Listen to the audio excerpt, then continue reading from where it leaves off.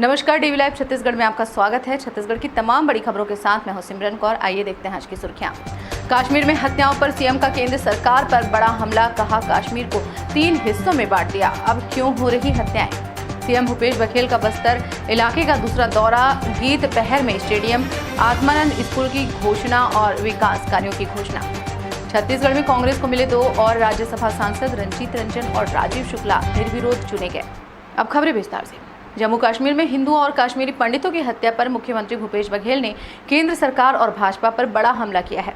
मुख्यमंत्री ने कहा, भाजपा धारा 370 का ढिंडोरा पीटती थी, 370 हट जाएगा, विशेष राज्य का दर्जा खत्म हो जाएगा तो सब ठीक हो जाएगा। आज 370 भी हट गया है। जम्मू कश्मीर को 3 हिस्से में बांट दिया गया, अब क्यों हत्याएं हो रही हैं? भारत सरकार और राज्यपाल को जवाब देना चाहिए। मुख्यमंत्री बघेल ने मीडिया से चर्चा में कहा कि कल हिंदू अधिकारी कर्मचारियों ने रैली निकाली थी। वे वहां असुरक्षा के कारण काम नहीं करना चाहते। सरकार अपने अधिकारी कर्मचारियों को सुरक्षा नहीं दे पा रही है। उन्हें कश्मीर फाइल्स देखने की फुर्सत थी, लेकिन आज हिंदू मारे जा रहे हैं तो भाजपा क्यों मौन है? वो तो कह रहे थे कि ये जो 370 है और ये सब हटा देने से, 3 राज्यों में बांट देने से, विशेष जो उनको दर्जा मिला हुआ था वो सब समाप्त करने के बाद से सब ठीक हो जाएगा। सब कुछ हट गया, फिर अब स्थिति सामान्य क्यों है? जब इनको कश्मीर फाइल देखने की फुर्सत थी और आज जब हिंदू मारे जा रहे हैं तो फिर मौन क्यों है भारतीय जनता पार्टी, आरएसएस के लोग?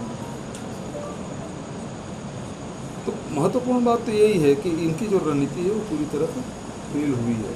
मुख्यमंत्री भूपेश बघेल कांकेर जिले के 3 दिवसीय प्रवास पर पहुंचे। यहां चौपाल के दौरान उन्होंने ग्रामीणों की अनेक मांगों को पूरा करते हुए बड़ी घोषणाएं भी की। कांकेर जिले में मुख्यमंत्री बघेल सबसे पहले भानु प्रताप विधानसभा के ग्राम गीत पहर पहुंचे। यहां उनका स्वागत ग्रामीणों ने पारंपरिक पगड़ी पहनाकर किया। गीत पहर में जिला सहकारी केंद्रीय बैंक की घोषणा करते मुख्यमंत्री ने कहा, बैंक के लिए स्थान सर्वे करने के बाद कलेक्टर तय करेंगे। इसके अलावा गीत पहर में मिनी स्टेडियम, चारामा में आदिवासी समाज के लिए सामुदायिक भवन, बासनवाही व बारगरी में उप स्वास्थ्य केंद्र सहित भानु प्रतापपुर विधानसभा अंतर्गत सभी देवगुड़ी तथा घोटुल के प्रस्ताव को स्वीकृति प्रदान की।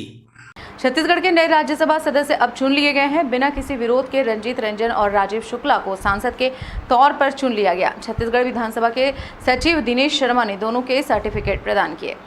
छत्तीसगढ़ से 2 सांसदों राम विचार नेताम और छाया वर्मा का कार्यकाल 29 जून को समाप्त हो जाएगा। इसके बाद ये नए सदस्य चुने गए हैं।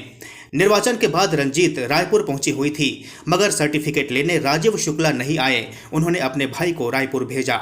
गौरतलब है कि कांग्रेस के 2 नेता केटीएस तुलसी और फूलो देवी नेताम राज्यसभा में पहले से ही हैं।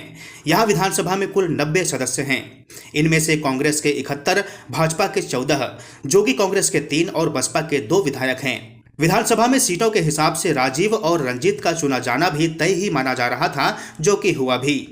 अब छत्तीसगढ़ से कांग्रेस के 4 राज्यसभा सांसद हो गए। भाजपा से केवल सरोज पांडेय ही राज्यसभा में हैं। पैगंबर मोहम्मद साहब पर बीजेपी की राष्ट्रीय प्रवक्ता नुपुर शर्मा की अभद्र टिप्पणी के बाद मुस्लिम समाज आक्रोशित हो गया है। छत्तीसगढ़ के धमतरी में मुस्लिम समाज के तमाम लोग सड़क पर उतर आए। उन्होंने शहर की सड़कों पर नुपुर शर्मा के पोस्टर चस्पा किए और उसी पर पैदल मार्च निकाला। एक टीवी चैनल पर लाइव डिबेट के दौरान बीजेपी प्रवक्ता नुपुर शर्मा ने मुस्लिम समाज को लेकर टिप्पणी की है। इसके चलते मुस्लिम समाज के लोग नाराज हैं। इसी को लेकर धमतरी के जामा मस्जिद में जुम्मे की नमाज के बाद मुस्लिम समाज के लोग सड़क पर एकत्र हो गए। उन्होंने प्रवक्ता नुपुर शर्मा के पोस्टर लगाए और उस पर मार्च निकाल एसडीएम कार्यालय तक पहुंचे। वहां ज्ञापन सौंप गिरफ्तारी की मांग की। मार्च के बाद समाज के लोगों ने कोतवाली का भी घेराव किया और भाजपा प्रवक्ता पर एफआईआर दर्ज करने की मांग करने लगे। इसको लेकर काफी देर तक नारेबाजी और हंगामा होता रहा। पुलिस ने उनसे लिखित शिकायत ली। इस पर लोग शांत हुए और वहां से लौट गए। पुलिस ने इस मामले में एफआईआर दर्ज नहीं की है। थाना प्रभारी शेर सिंह बंदे का कहना है कि शिकायत उच्चाधिकारियों को भेजेंगे। इसके बाद जैसा आदेश होगा कार्रवाई करेंगे। छत्तीसगढ़ के जांजगीर चांपा जिले के एक पटवारी के निलंबन और गिरफ्तारी से गुस्साए जिले भर के पटवारियों ने हड़ताल शुरू कर दिया है। दरअसल इस पटवारी का रिश्वत लेते हुए वीडियो वायरल होने के बाद प्रशासन ने ये कार्रवाई की थी। पटवारी देवेंद्र साहू के द्वारा किसान की जमीन का नक्शा दुरुस्त करने के नाम पर 4,000 रुपए की रिश्वत ली गई। इसके बावजूद काम नहीं किया गया तो किसान ने पैसे लेने का वीडियो वायरल कर दिया, जिसके बाद पहले पटवारी को निलंबित किया गया, फिर धारा 384 के तहत गिरफ्तार कर जेल भेज दिया गया। अब इस पूरे मामले ने तूल पकड़ लिया है और जिले के सभी 256 पटवारी अपने सहकर्मी की गिरफ्तारी के विरोध में तहसीलदार, नायब तहसीलदार और थाना प्रभारी के निलंबन की मांग करते हुए अनिश्चितकालीन हड़ताल पर चले गए हैं। इनका आरोप है कि बिना जांच के ही पटवारी के खिलाफ कार्रवाई की गई है। हमारे पामगढ़ तहसील के ग्राम कोड़ाभांट के पटवारी हमारे देवेंद्र साहू जी थे। उनका एक वीडियो वायरल हुआ था और केवल वीडियो के आधार पे, संदेह के आधार पे उसके ऊपर FIR दर्ज किया गया और जो कार्रवाई किया गया है केवल संदेह के आधार पे, वो गलत कार्रवाई थी। बिना FIR दर्ज किए थाना प्रभारी द्वारा उसको रात को अगवा करके ले गया और जहां रखे थे उसकी जानकारी हमको भी नहीं दिया गया, ना उसके परिवार वालों को दी गई और सुबह सीधा उसको कोर्ट में पेश किए। इस गलत कार्रवाई के विरुद्ध में हम लोग तहसीलदार, नायब तहसीलदार और थाना प्रभारी को निलंबन करने का मांग किए हैं और हमारी मांगे जब तक पूरी नहीं होती है हम लोग अनिश्चितकालीन हड़ताल पे बैठे रहेंगे। ठीक है, तीनों पामगढ़ तहसील में पदस्थ पटवारी देवेंद्र साहू के ऊपर तहसीलदार मतलब पामगढ़ के TI के द्वारा जबरदस्ती 8:30 बजे उठा के ले गए हैं थाने में और तहसीलदार के द्वारा 10:30 बजे FIR दर्ज किया जा रहा है। तो थानेदार अपने पद का दुरुपयोग करते हुए बिना FIR के किसी पटवारी को कहीं से भी उठा के ले जा रहे हैं और पामगढ़ थाने में न रख के पंतोरा चौकी में पूरे रात भर रख रहे हैं, न उनके घर वाले को सूचना दिया जा रहा है। इस प्रकार की दादागिरी थानेदार द्वारा किया जा रहा है और तहसीलदार भी नियम विरुद्ध 10:30 बजे रात को उनको क्या आवश्यकता पड़ी है, कितना उनको दबाव आया कि 10:30 बजे उन पर FIR कराया जा रहा है। ये समझ से परे हम थानेदार, तहसीलदार और नायब तहसीलदार ये तीनों के निलंबन की कार्रवाई के लिए आज यहाँ पे पूरे जिला पटवारी संघ हड़ताल में बैठे हैं। यह आंदोलन तब हो रहा है जब कुछ ही दिनों में मुख्यमंत्री का जिला प्रवास प्रस्तावित है। वहीं गृह विभाग के द्वारा धरना प्रदर्शन और आंदोलन पर प्रतिबंध लगाया गया है। पटवारियों का कहना है कि जब तक तहसीलदार, नायब तहसीलदार और थाना प्रभारी को निलंबित नहीं किया जाता है वे हड़ताल पर रहेंगे। साथ ही मांग पूरा नहीं होने पर प्रदेशव्यापी आंदोलन की चेतावनी भी संघ ने दी है।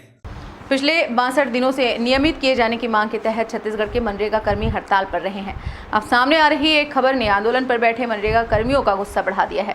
दरअसल विभागीय अधिकारियों ने एक आदेश जारी किया है। इसमें 21 सहायक परियोजना अधिकारियों को नौकरी से निकाल दिया गया है। संविदा पर काम कर रहे इन तमाम लोगों को नौकरी से निकालकर इनकी जगह विभाग के नियमित अफसरों को जिम्मेदारी सौंप दी गई है। संविदा पर अलग अलग जिलों में काम कर रहे सहायक परियोजना अधिकारी और दूसरी जिम्मेदारियां निभा रहे कर्मचारी भी अब इस आदेश की वजह से गुस्से में हैं। अब ये सभी सामूहिक तौर पर अपना इस्तीफा देने की तैयारी कर रहे हैं। मनरेगा कर्मियों का दावा है कि छत्तीसगढ़ में 3000 से अधिक मनरेगा कर्मचारियों की सेवा समाप्ति की गई है, जबकि दूसरे प्रदेशों जैसे बिहार, मध्य प्रदेश, उत्तराखंड, उड़ीसा, हिमाचल प्रदेश में मनरेगा के कर्मचारियों के नियमितीकरण सहित अलग अलग फायदेमंद नीतियां हैं। इस बुलेटिन में फिलहाल इतना ही। बने रहिए DV लाइव छत्तीसगढ़ के साथ। नमस्कार।